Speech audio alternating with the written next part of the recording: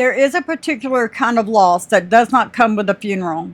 It is not marked by a single moment, and it has no clear ending. It happens slowly, generation by generation, until one day a people awaken and realize they no longer know who they are.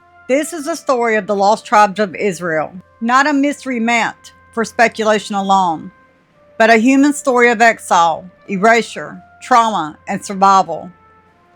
After the division of Israel into two kingdoms, the northern kingdom, made up of 10 tribes, fell into the Assyrian Empire in the 8th century BCE. Unlike Judah, which would later return from Babylonian exile, these tribes were scattered, not simply conquered, and not merely defeated, but absorbed. Assyria's strategy was not only military, it was cultural. Families were relocated, languages blended, and customs were suppressed. New gods were introduced, and intermarriage followed. Over time, identity faded. Anthropologists call this cultural erasure, when a people are not wiped out physically, but dissolved socially. Their names vanish, their stories fragment, and their children grow up speaking new tongues, practicing new rituals, and inheriting memories that no longer trace back to their origin. Assimilation does not always look violent. Sometimes it looks like survival. And yet survival carries a cost.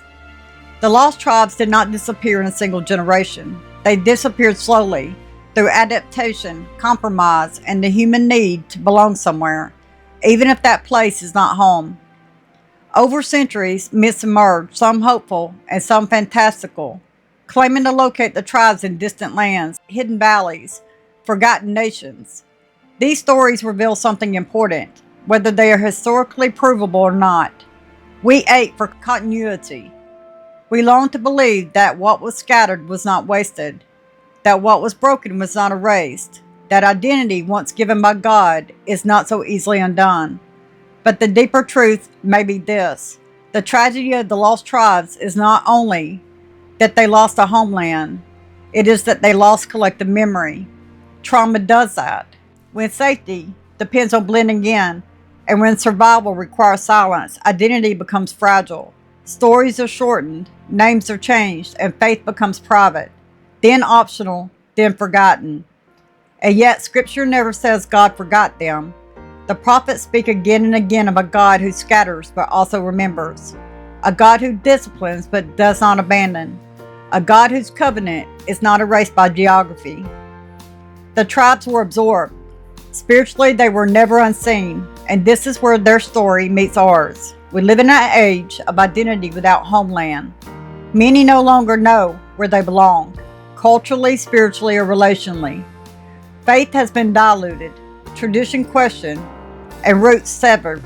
We inherit fragments, beliefs without context, rituals without meaning, and faith without memory. Like the lost tribes, we have adapted, we have blended, and we have survived. For survival is not the same as wholeness. This episode is not about chasing myths, it's about recognizing the cost of forgetting who we are. The lost tribes stand as a warning and a mirror.